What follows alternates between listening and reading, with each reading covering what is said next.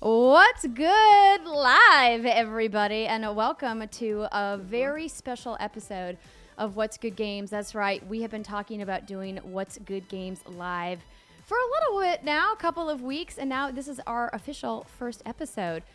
Spoilers, there's going to be technical problems.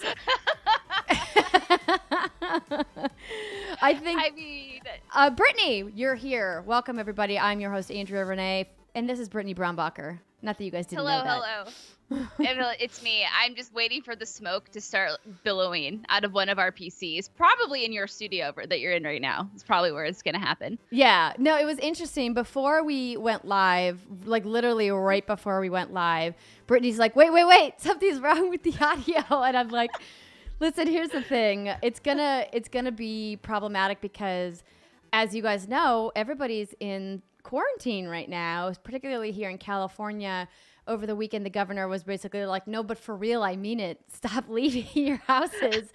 And so that means that my normally very fast gig internet is being very finicky because everybody in the neighborhood is probably streaming Disney Plus or Hulu or Amazon or something. So thank you for bearing with us, but we're glad that you guys are here. And because we have been streaming so much over the last week, we finally hit affiliate status last night. Hi. Hey, very exciting. So we have been talking about doing more streaming for a very long time, and we're really glad that What's Good Games Live is finally here and it's happening, and that so many of you have been like, how can I support you guys on Twitch? I want to give you my free Amazon Prime sub and all of that jazz. And so we finally just literally got that turned on moments before we went live. So we're going to be working on getting some custom emotes so that you guys can use those. And of course, doing sub reads and all of that fun stuff that all of the Twitch professionals know how to do. That is not what we are, but we will get there. It might take us 6 months, might take us a year. Yeah, we'll figure it out. Exactly. It'll happen in time, and we appreciate your patience. As we figure this out. I feel like we say this every week on our main show. We appreciate your patience. Yes, indeed. We are but two ladies. Brittany, do you want to maybe get us started with some announcements? I would love to. So if you're just listening to this for the first time because you downloaded it later on your preferred podcast service. Yeah, so this is What's Good Games Live. The idea is every Monday we will do a show on twitch.tv/What's Good Games. We had previously announced that we were going to also stream on YouTube and Mixer, but now we're exclusive to Twitch for, I don't know how the paperwork works, Andrea. You were telling me about it. It's just for the live portion of this show specifically. Yeah, so we're just going to be streaming on twitch.tv/What's Good Games now, and that goes live at 11 a.m. And then after we're done doing this thing, we're going to take the audio and upload it to podcast services. So you'll have another What's Good Games podcast in your feed, hopefully by Monday early evening-ish. And that's going to be very, very exciting. We're also going to take the video and upload it to YouTube as well. So if you miss the stream, you can go to youtube.com/What's Good Games. And watch it there. It's going to be fantastic. And of course, we have our Twitch chat open so we can talk to our friends in chat, and also what'sgoodgames.com/Dear WGG if you want to submit a question for the show. Yeah. And it's going to be good. It's going to be a good time. Go team. And this does not impact our Friday show at all. I mean, it will in the sense that maybe we won't cover as much news on our Friday show, but the Friday show is still proceeding as usual. Yeah, I think the idea is that the news portion, the first segment of the regular show, has been getting incredibly long. And what we want to do is maybe just kind of take a couple of pieces off of that first segment and then focus on some of the stuff that we missed, because as you guys know, we record the show on Wednesdays for the most part. And so any news that breaks on Thursday or Friday, we don't really get to. And by the time we get around to the show the following week, it feels like old news. And so we really wanted to have a way to be able to talk about some of the things that happened over the weekend, and then also kind of trim down that first segment of the show so we can get to, you know, more interesting things like featured segments from, you know, Patreon producers, or more hands-on opportunities to talk about stuff that we're playing. So like Yakuza. Yes, exactly. Are we going to talk about Yakuza today again, Brittany? Is that the plan? I mean, I could talk about it. This whole show could just be the Yakuza podcast. I mean, there's a market for that, I think. Oh, I think there is too. Oh, dang. Dark Knight 6678 in chat just said the Tokyo Games have officially been delayed. Oh, the Tokyo Game Show? How about the Olympic game? Oh, the Tokyo Olympic Games? That's my guess, yeah. Well, I think, after Canada announced that they were not going to send their athletes until it got postponed, that probably kind of stoked the fire a little bit. And it was interesting. I was talking with Renjamin and Solid Snake also a lot about this last night when we were playing the Division 2. And I was making some jokes about how, they could just train like Rocky, just go outside and lift some logs or something, run up some stairs. But they made a very valid point that, Olympic athletes are very highly trained athletes that need specific facilities in order to train at the peak and optimal level to compete on the world scale, like the Olympics. And they can't do that right now because gyms across the United States are closed or closing. So, yeah. Yeah, that makes sense. I mean, a meager treadmill would not do anything for an Olympic athlete. Some stairs. A meager treadmill. That's fair.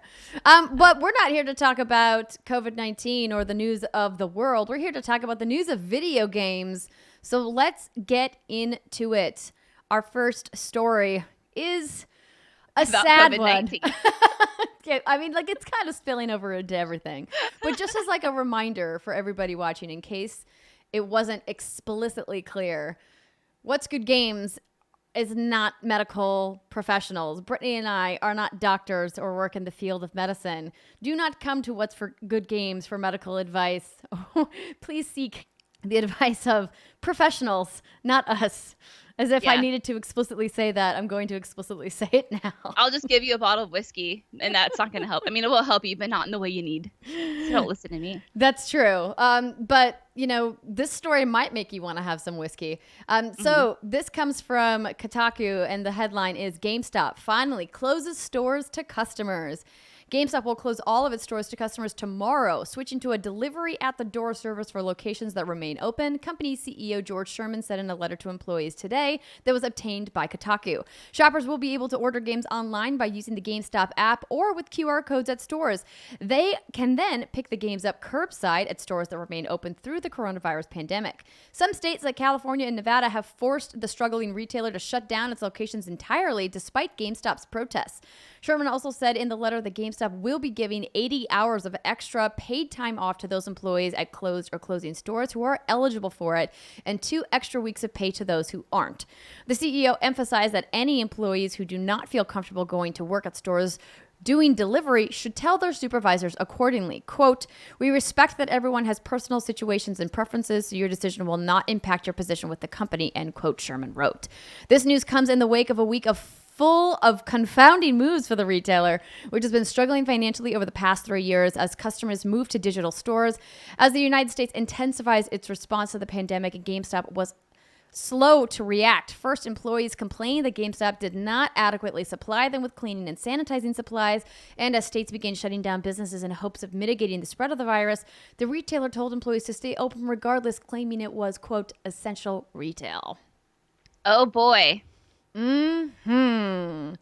Yeah, this is, it's just, obviously all these stores closing is bad, but I was surprised. Were you watching this kind of all unfold? Of course I was watching it unfold. It was so wild watching them just continually backpedal. It was interesting. So you guys may have remembered a couple weeks back, we had friend of the show, Drew on Endorphins SC, and he was talking about his positive experience with GameStop as a former employee. And we had some of you reach out and say, hey, thank you for, letting people know that it's not all bad. But then we also had some of you reach out and say, yeah, well, actually, my experience was not like Drew's. I had a terrible store manager and a terrible regional leader, et cetera, et cetera. And I think it just goes to show that, there are a wide variety of experiences. But he and I were talking about this because I don't know if you heard, Brittany, about that leaked phone call, that regional call that got leaked online. A YouTuber posted it and was commenting on it. So essentially, it was like a call with a bunch of different store managers from a specific region. I don't know this. I don't know all the details, and I also don't know if the call was verified to be real or not. But essentially, it was a bunch of managers on a conference call with the regional leader asking questions about how they're going to be handling it, and it just was a bad look. And the thing that Drew said about it, because I went to him and was like, "What do you say to this? Like, how do we kind of wrestle with everything after just having talked on the show about the things that they did well, and then they just completely bungled this. And he said they are literally digging the hole they're in with an excavator instead of a shovel. That's a good way of putting it. Yeah, I was just looking into this too, and it started last Monday, the 16th, where GameStop was putting out these, press releases and whatnot, saying that they're providing all these sanitary measures. They're doing like Purell or disinfectants and whatnot. It turns out like all these places were back ordered, so the employees were buying the stuff themselves if they could. Obviously, supplies are hard to get right now, so bathrooms were closed because they were out of toilet paper. People were using their own personal disinfectant. I saw a photo on Twitter of people making like X's out of tape on the floor, telling customers where to stand. And regarding this essential retail memo to staff that was sent last Thursday, so obviously after we recorded the show, the quote is, "Due to the products we carry that enable and enhance our customers' experience in working from home, we believe GameStop is classified as essential retail and therefore is able to remain open during this time. We have received reports of local authorities visiting stores in an attempt to enforce closure despite our classification. Store managers are approved to provide the document linked below to law enforcement as needed."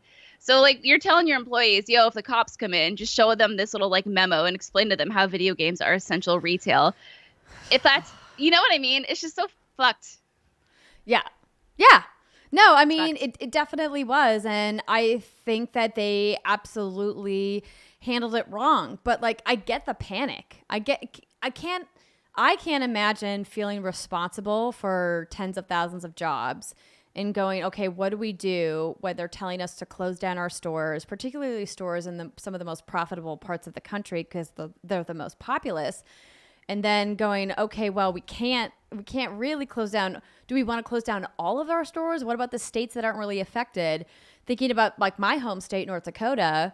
I don't know what the current count is, but like a couple of days ago, like there was only like 1 or 2 like confirmed cases in the entire state. And then they're like, well, are we supposed to shut down all of our stores there too? And I think GameStop is just one of many retailers that's struggling with this right now. If you think about just how many brick and mortar retailers exist throughout the country that aren't selling just video games, that are selling all kinds of things.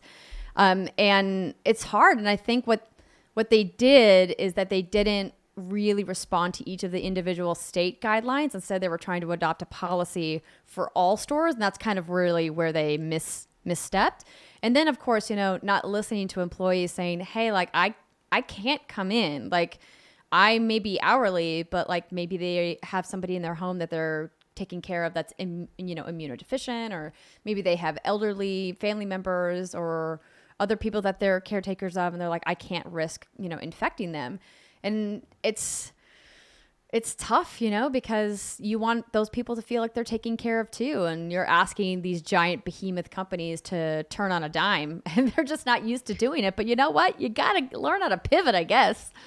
Pivot. Yeah. And right now when GameStop I heard that their business is booming because they were one of the only places still open. But right now, like, they can't really afford literally to shut all their stores down. But like, hey, like, shit happens. And this is the perfect example of shit happening. Yeah. Take care of your people. Well, the good news, I think, for them is that hopefully, now that they finally have made the decision to shut all their stores, which was the absolute right call, is that they still have their online infrastructure, and that if people have things that they want to be able to order directly from GameStop, they can. But I don't think people do. I think people are like real mad. They were real mad at GameStop before all of this happened.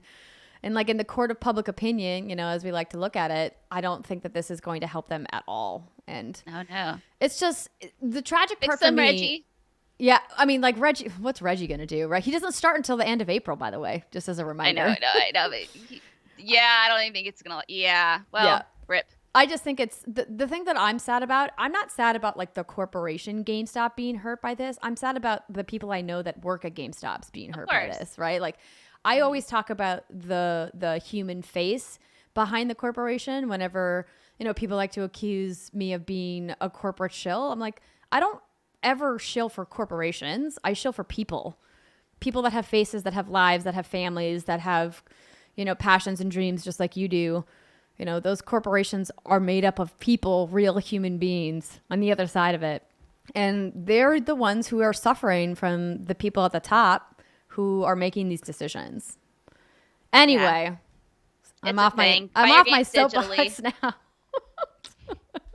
Okay, let's move on to something that I was gonna say that's a little more uplifting, but it's kind of not really. Let's just dive into it. Okay, Sony reportedly pulls Mario creation from Dreams after Nintendo complaints. Whoa, never saw that coming. I am so shocked. Sony is reportedly pulling a Super Mario creation from Dreams after Nintendo issued a complaint, according to a report from Go Nintendo via Eurogamer. Dreams player Piece of Craft took to Twitter to talk about their creation getting pulled from the game, alleging their Super Mario model, which is available for other players to use in their own Dream creations, was taken down. Piece of Craft also stated that they received an email from Sony Interactive Entertainment Europe that said Nintendo had issued a complaint about their intellectual property being used in a Sony game. Piece of Craft's Mario model can be seen used in other user creations. It's unclear if those creations have been impacted by Sony's decision to remove it. Piece of Craft followed up again by saying that they can no longer edit the Mario creation as it's been marked as removed due to the copyright material. Quote, I can remix it, but the original I can no longer edit and others will not find or be able to use. Not too sure what will happen to levels that use the Mario. I guess we'll have to wait and see. It's kind of a slap on the wrist. And then real quick, business attorney Richard Hoeg of Hoeg Law and Virtual Legality notes that this is an entirely unexpected development given Media Molecule's past with Little Big Planet, but the terms of service agreement appears to cover Sony on issues like this. Quote, Nintendo's well within its legal rights here, but that doesn't necessarily make it a good business decision. Different companies are going to have different tolerances for the use of their property by others, even if infringing, and I think many game companies have essentially decided that use of their IP and streams art in places like Dreams ultimately serves more as positive marketing than anything else. Wow. Yeah. So a few weeks ago, Media Molecule opened a special beta for Dreams that allows creators to use their creations for commercial use. So this doesn't apply to video games right now. I mean, game creations, it applies more to concept art or music videos. So I suppose if you have a music video of Mario twerking, that could be taken down by Nintendo. Or a game in general. You know, it's interesting that we were talking about this when we were streaming some stuff, just last week, because in Dreams, we found a Super Mario level when I was playing with Anthony, and we were all like, how has Nintendo not completely just like, gone Taken after that. Sony? And like, it's like, boom, there it is. And there it is. Yeah, I'm sure Nintendo's always had the history of doing this, right? So it's no real surprise. It's just interesting. I wonder if it has anything to do with this new beta program, which I think it's cool that Dreams is doing, that you can take your creation and do stuff with it. But obviously, if you make something based, there's a lot of games in Dreams that are based off of existing IPs. So it's just bound to happen sooner than later. But yeah, this was something that we also talked about when Dreams was first announced, and like we kind of saw through early access just how extensive the tools were and what people were making. When I was playing with Anthony, we played a Sonic game, we played a Shrek game. We saw somebody make PT. Like, there's all kinds of licensed stuff there, and we never really got a really clear answer from Media Molecule and Sony Interactive about how they were going to handle other people's IP inside Dreams. And now this is, clearly coming to bite them a little bit. But hopefully they can get it worked out, and that, the people who own these IPs are going to be understanding about fan creations versus being, mean about it. But yeah, it's hard because I get Nintendo has to do this to protect themselves in the sense that they were to go to court, be like, yeah, we've always done this. This isn't a special case. I don't know how the legal shit works, whatever. It just probably looks better if they consistently get rid of their shit. But at the same time, I feel like recreating iconic characters like that is something a lot of aspiring game developers are excited to do. Yeah.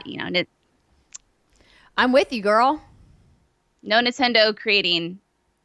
Don't do it. Nope. You're just going to get pulled. That's why we don't stream anything Nintendo. Literally ever.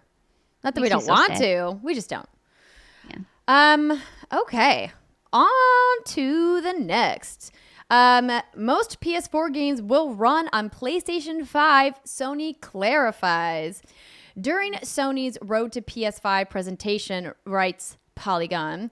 Lead system architect Mark Cerny said that, quote, almost all of the 100 most played PlayStation 4 games will be compatible with the next-gen console at launch. Now, that didn't inspire much confidence about the catalog, and after 2 days of uncertainty, Sony clarified the statement on Friday. Quote, we believe that the overwhelming majority of the 4,000 plus PS4 titles will be playable on PS5, said Sony's Hideki Nishino on the PlayStation blog. The top 100 wording, that was a snapshot of how the development is going now. Sony said it expects backwards compatible games to run at a boosted frequency on the PS5, which will provide higher or more stable frame rates and potentially higher resolutions. The company is evaluating PS4 games on a title-by-title basis to ensure compatibility with the PS5. Sony has tested hundreds of games so far and will test thousands more as the console's holiday 2020 release window approaches. More are expected in the months ahead. So I think this is Sony's third time trying to clarify that statement. And I get it. It's kind of confusing. I don't know. I mean, I personally wasn't that confused by it because I was like, okay, well, they're taking the top 100 games most played games, and they're working on those individually. And each game needs to be individually tested because of the way the system infrastructure and all the way to techie mumbo jumbo I don't understand. But it's funny that watching these statements continually come out over the weekend. It's like, did they nail it? Did they finally clear the air? It's like Sony hasn't done marketing messaging before, but they have is the thing.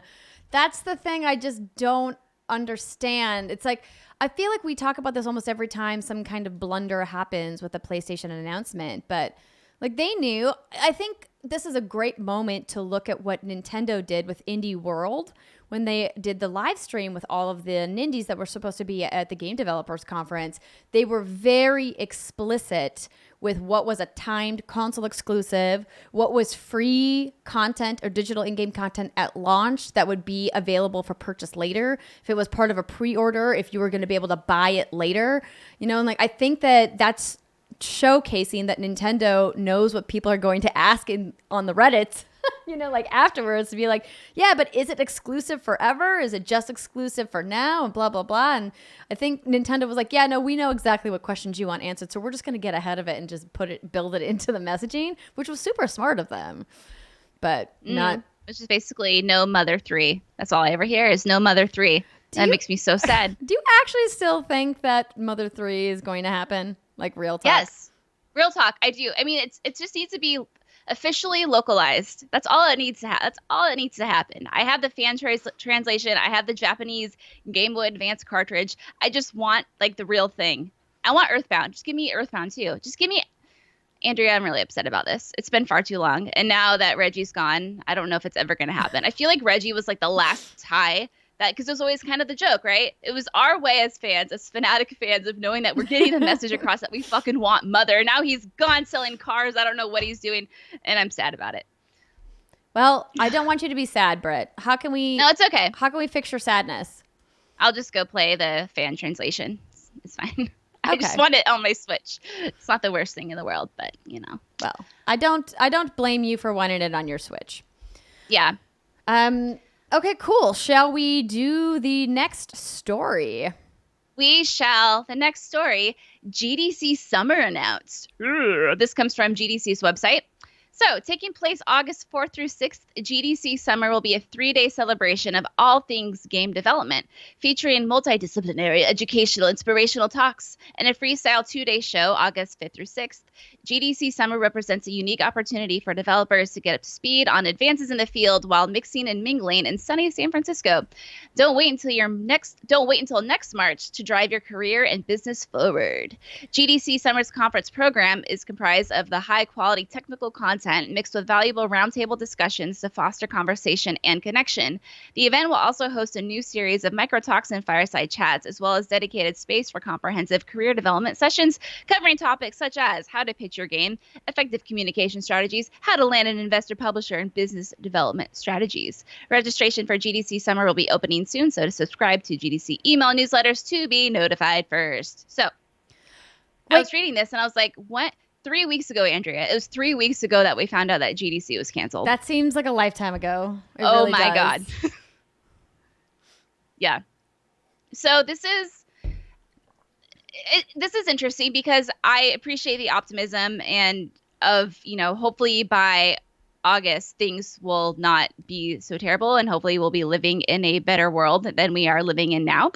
But, at the same time, who knows what's going to happen? I think no one really knows what to expect. So I guess let's remain optimistic that things will be sort of back to normal by then.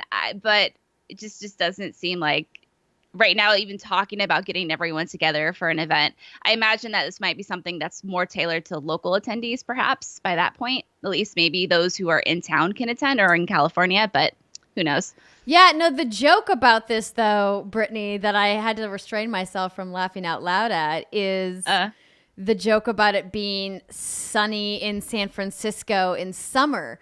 Because as anybody who lives in San Francisco knows, summer in San Francisco is the worst. Mark Twain said the coldest winter I ever spent was summer in San Francisco.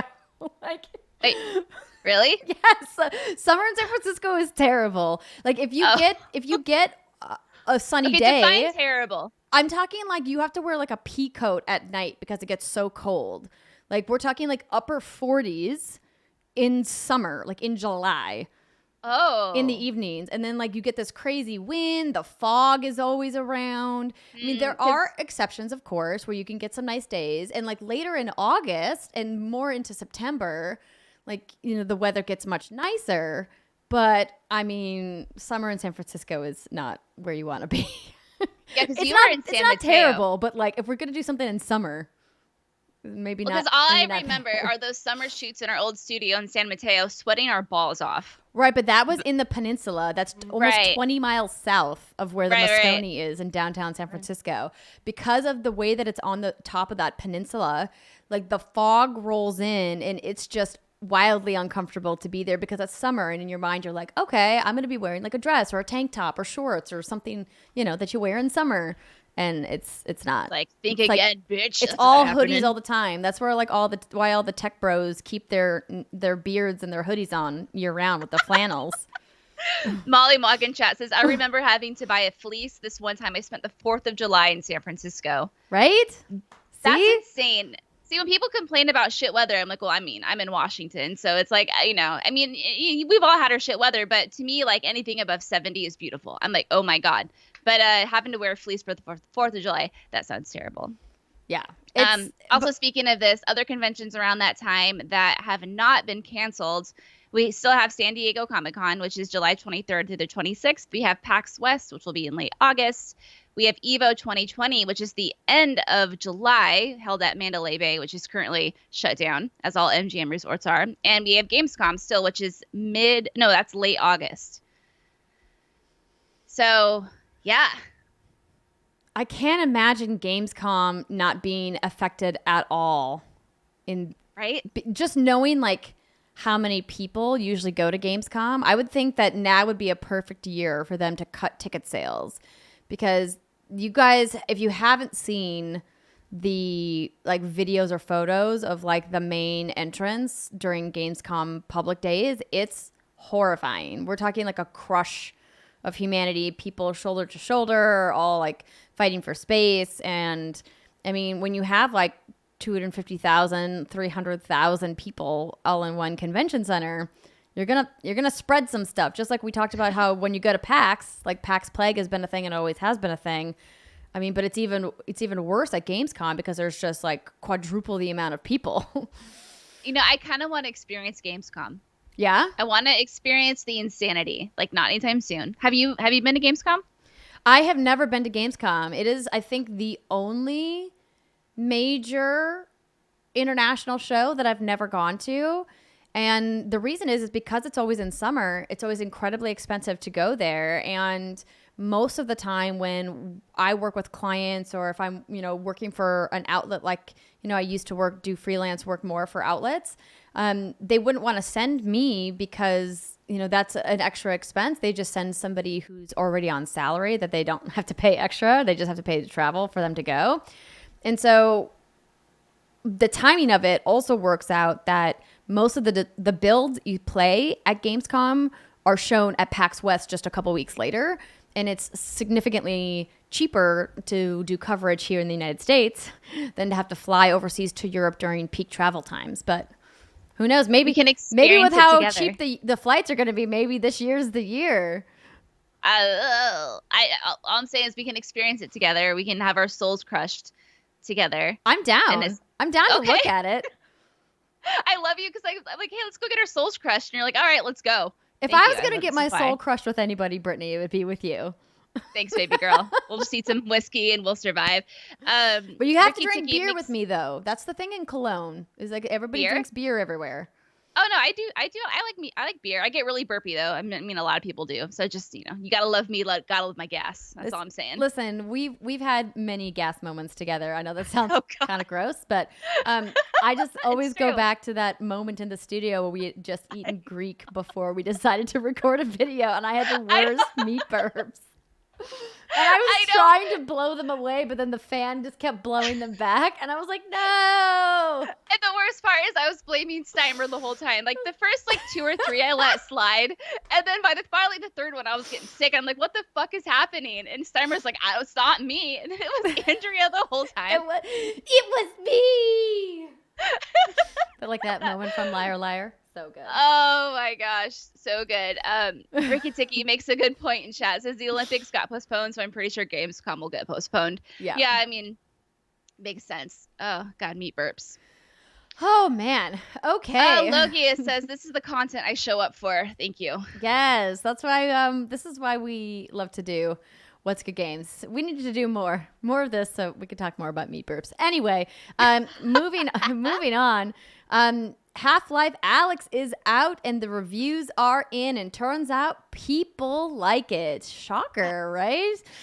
So, Upload VR has given it a 5 out of 5, saying Alyx leaves you with lingering suspicion that there's yet more ground to cover, that there's more for this series and this developer can do with this new set of tools, and that this is only the first part of that story. IGN gave it a 10 out of 10. Half-Life Alyx has set a new bar for VR in interactivity, detail, and level design, showing what can happen when a world-class developer goes all in on the new frontier of technology. Well, that's also very exciting. And then we've got VG247 is giving it a 5 out of 5, saying Alyx has been the last week of my life, switching between this virtual reality world and the horror of our actual existence. That's just talking about how terrible their life is right now. We'll just continue on. Destructoid, 9 out of 10. This is legit, folks. A 10 to 12 hour Half-Life might finally be enough for you to spring a VR headset. We can only hope it is similarly reinvigorated Valve. Yeah, fingers crossed. And GameSpot gives it a 9 out of 10, saying Half-Life Alyx proves that almost everything the franchise did best is elevated by VR. The environmental puzzles that require a keen eye, the threat of a headcrab jumping for your face, the cryptic storytelling. The series staples are as great as ever here, and in its most powerful moments, Half-Life Alyx confidently shows you why it couldn't have been done any other way. Wow. I didn't proofread that VG247 review, as you can tell, and I'm reading it. I'm like, okay. Sad. That's okay. I think that's okay. What we're trying to say is that clearly people are very excited about Half-Life Alyx. I think that, at least in my mind, there was no doubt that this was going to be well done. You're talking about Valve's game on Valve's proprietary platform, and performing at like the peak of that, right? Like, so if you think about Index, like it's the most expensive because it's, I think, inarguably the highest end of all of the VR options. Now, I'm not saying it's the best VR option. I'm saying, like, technically, it can push the most amount as far as power is concerned. Fighter. Yeah, you want to fight? I'll fight you. Actually, I like Quest better. I said it. But I think that the downfall, of course, is that because it is locked to this really expensive piece of machinery that you then need another expensive piece of machinery to run, it's inherently going to have a much smaller audience. Now, I hope once we get past whatever, exclusivity period Valve wants to have for Half-Life Alyx on Index to obviously encourage sales of the platform, that they will then, port it to all of the other VR platforms that exist. So yeah, this is exciting. I think if there's going to be a game that's going to sell VR units, it's going to be this. I mean, it's Half-Life, and it's scoring incredibly well. I mean, it sounds like you were pretty confident that it was going to do as well as it's doing in terms of the quality of the game. But I mean, VR is tricky, and VR is still kind of this uncharted territory. I mean, I know there are a lot of outlets out there that do nothing but VR, and there is like a big following, you know, maybe not relative to major consoles, but it's cool. I mean, if this game hadn't performed so well, obviously I wouldn't be super stoked about it. But now seeing that it's getting all these great reviews, and I'm not really even a big Half-Life fan, I'm tempted just to try it out because I feel like this might be, you know, the unit seller that I think we've been waiting on for a while. Obviously, like with Quest, you have Beat Saber, and you've had Beat Saber for a while in other VR systems, but to have like a Half-Life game on VR and hearing how everyone is saying it's just so incredibly well done, it's an exciting time. I don't know if it's going to revolutionize VR, but this might be like a moving point or a pivoting point. Yeah, no, I'm definitely with you. Like literally like everything you just said. I'm with you. So agreeable. I love it. I mean, enjoy it while you can. I totally missed what you just said because of leg. I said enjoy it while you can. Me being agreeable, that is. I know. Trust me. We've been doing this for a few years. I love you so much. All right. The next story we have is the Sonic movie will be available digitally by the end of March. This comes from Destructoid, and I liked it because there are some puns. What to do when you want to go fast but can't actually go anywhere? Homebound quarantines can kill a few hours with one of the most successful video game movies ever. Paramount Pictures has accelerated the digital release of Sonic the Hedgehog. 6 weeks after it debuted in movie theaters on Valentine's Day, Sonic will be available to buy digitally on March 31st, and it'll cost $20. This quick transition out of theaters into homes is an example of Paramount following recent trends in light of global coronavirus quarantines. Other studios have similarly released their films early, which is both convenient for consumers and savvy for the businesses. No one can go to theaters to watch those movies anyway. Other versions of Sonic, the physical discs and digital rentals, are all slated for May 19th. Now, Andrea, did you talk about Sonic on the show? Because I still haven't seen it, but I know you saw it. I don't think I did. I don't think I did talk about it. Yeah, but I did see it. I did. So I think like it was a very like fine movie. I mean, it was not the best in my personal opinion as far as like comparing it to other video game movies. I still think Detective Pikachu is probably my favorite video game movie that I've seen, and I thought it was really well done. I'm glad that they went back and changed the animation on Sonic. I think that was absolutely necessary. I thought Jim Carrey was fantastic, and I thought that some of the little nods that they put in were really great, and you know, kind of how you see him evolve to become Eggman near the end, and the little stinger in the credits, which I won't mention, but like I think that there's some good potential there. I just think like the suspension of disbelief that you had to go in with was a little much for me. I just don't appreciate it when movies don't set ground rules of like which rules of reality they're going to follow and which ones they're not. Like, cause I'm all about the fantasy. I'm all about like this, like, let me fully believe that like a hobbit can like take on, like an evil orc or whatever, right? Like, because like you have to establish ground rules for what's going to be real and what's not. And that movie just kind of like threw them all over the place. They're like, oh, in this scene, we're going to have to obey these rules of physics and reality. But over in this scene, it doesn't matter. And I'm just like, wait a minute. Like, it can't be both. And that's what, like, where I got kind of frustrated. And then everybody around me was like, who cares, Andrea? It's made for 8-year-olds. It's great. And I was like, oh, fine. Yeah, that's what I was going to say. But, I have this thing, like, I don't watch a lot of movies unless they're Japanese horror films or just films about possession in general. Like, that's my jam. I'll watch that shit all day, every day. So maybe I haven't quite honed in this critic when it comes to watching film, because I'll just probably watch that movie, think it's fantastic. But it's funny listening to other people, like, because you're not the first person to have this criticism of it. Obviously, I've heard this from other people too. But yeah, it's like, I just watch it. I just enjoy it. And I'm like, whatever, who cares? But then the moment I start playing a video game, it's just like... So I'm kind of thankful I don't have that with movies, because I feel like I wouldn't be able to enjoy them as much.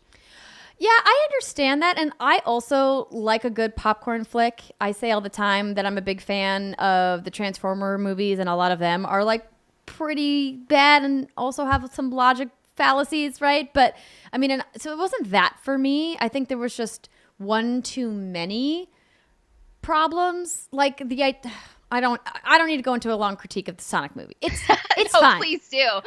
Maybe we can on another time.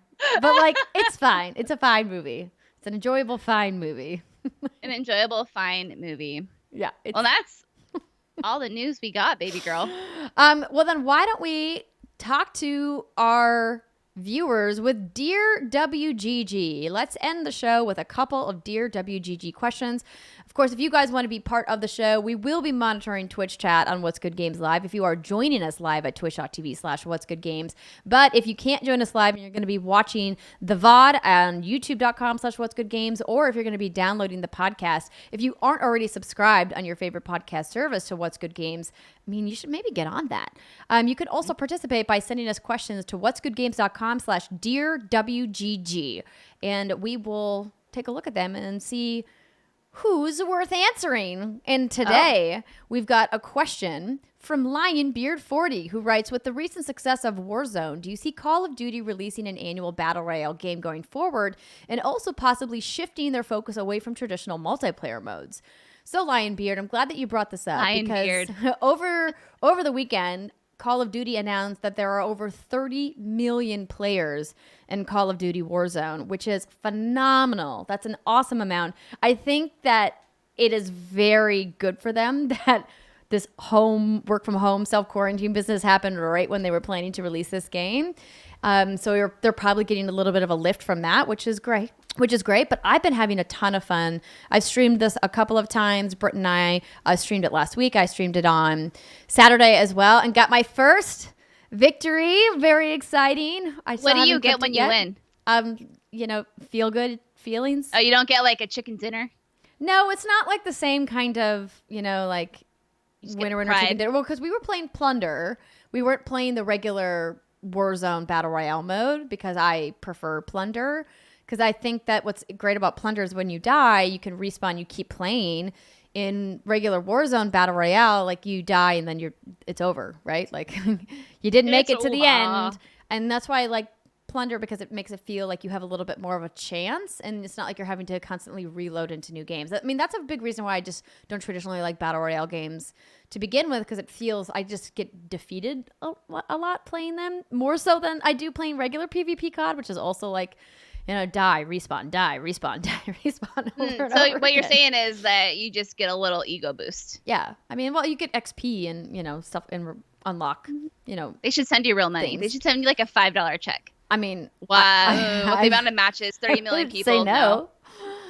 I would say no. But to answer your question, Linebeard, I think that obviously Call of Duty has seen the success of the Battle Royale genre. They did a really good job with Blackout, and now we're seeing Warzone really wildly popular, so I don't anticipate them saying no to going forward. I feel like this is definitely going to be part of that because they need to stay on trend and need to keep innovating, and the gameplay just feels so good.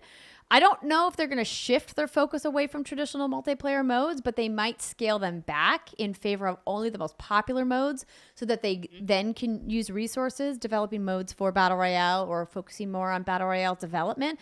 But Activision has plenty of studios underneath their umbrella, so they could technically simultaneously do everything they were doing with Call of Duty multiplayer and do Call of Duty Warzone at the same time because they just have a lot of people that work for them. So. Yeah, I think once you get a Battle Royale that sticks, look at Fortnite, look at Apex, they aren't coming out technically with new Battle Royales. They're just innovating on top of what you have, because once you have that install base, right, why split it if you have fucking 30 million people playing your game?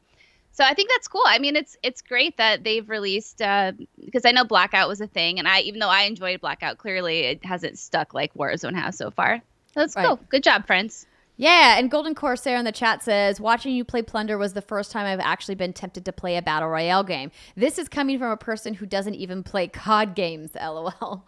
Well, I'm glad that you were interested. And I think the thing I would say is if you enjoy first-person shooters or third-person shooters and you haven't revisited Call of Duty in a while, Warzone is free. You literally have to spend nothing to install it and try it out. I did purchase the Battle Pass because I wanted to see some of the progression and kind of like the bump it gave you for evaluation purposes. And I used my own money to purchase that. Activision didn't give it to me. And I don't think that it's absolutely necessary. The XP boost you get from the battle pass is nice for helping to unlock things faster, but you really only get cosmetic boosts. It's not like you have a definitive gameplay advantage by buying the battle pass, which I would buy that. Is how you need to balance your free-to-play games. Okay, next question is from Scott. With the economy and pandemic getting worse daily, do you think Microsoft and Sony might delay their consoles?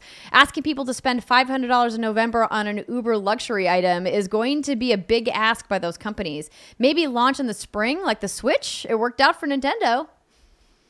No. No delay. The only world in which I see them delaying is if there's a manufacturing snafu with the factory closures that happened in China. But it looks like China has reopened almost all of their manufacturing pipeline because they were so definitive about locking down specific sections of their country that they were able to kind of contain the spread of it. But I mean, I'm with you, Britt. I don't foresee them delaying. No, these plans are in motion. These wheels are going, man. Yeah, unless there's some reason they physically cannot meet the amount that they want to ship initially, I can't see why they would. I mean, I'm with you. This is not a good time for new consoles to come out because, money's tight for a lot of people. But, I guess that's, yeah. It's true. I mean, but I think despite the fact that they will need to be cognizant of what people are buying at holiday this year, I think that retail in general is really looking forward to having the new consoles to rally around. And there's a lot of peripheral businesses that are kind of relying on those new consoles, not to mention the developers who are making games for those consoles as well.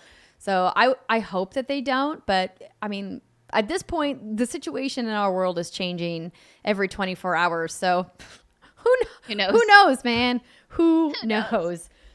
All right, let's go to another question. Let's see here. What do we got?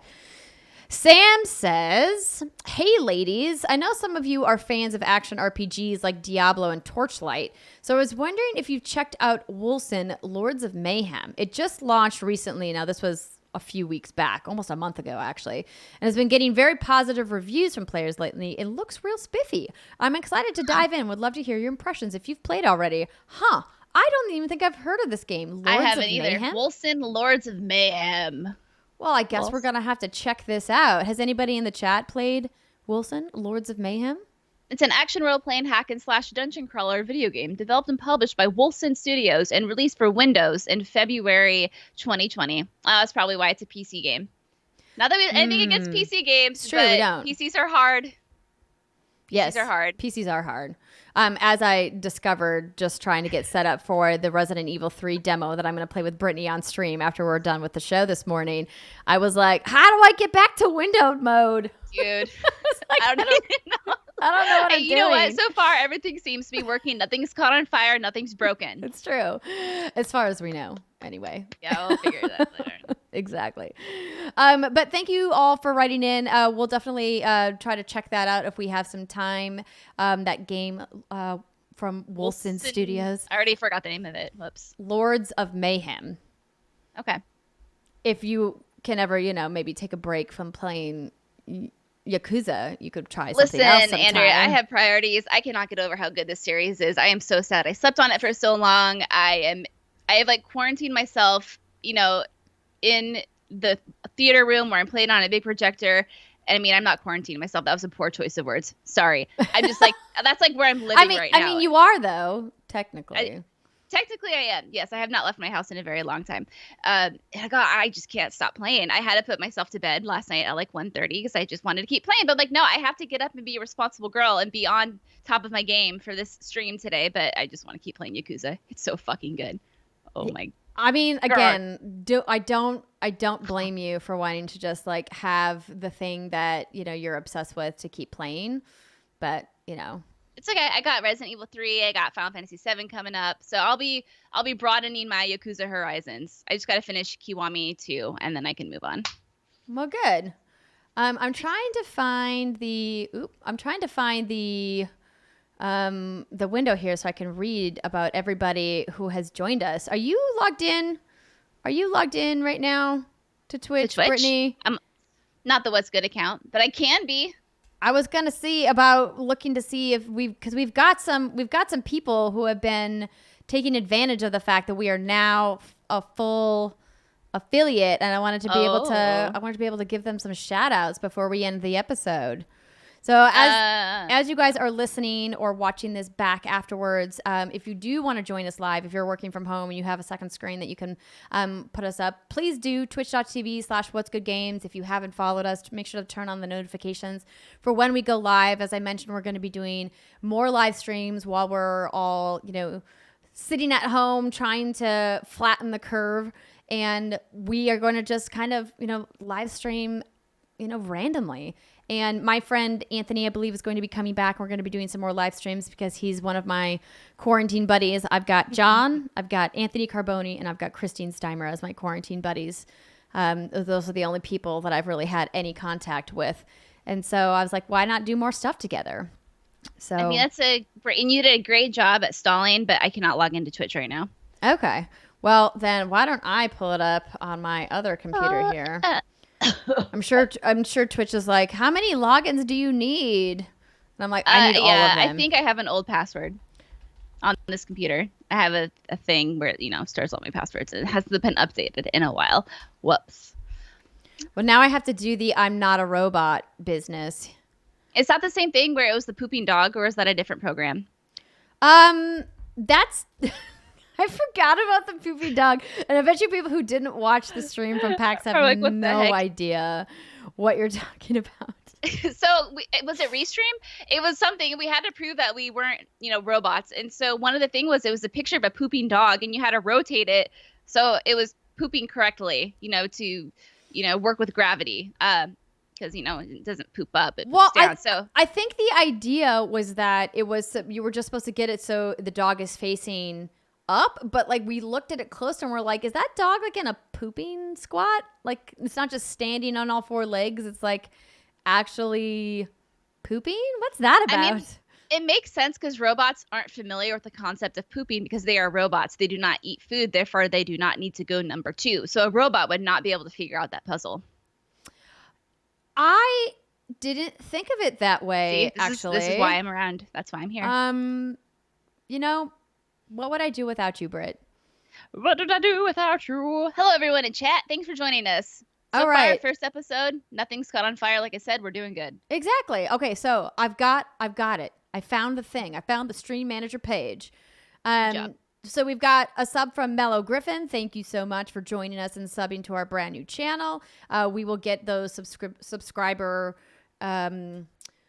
benefits online in the next couple of days. We've got, what is this? FWMNBK. Was that fun? F what? Buck.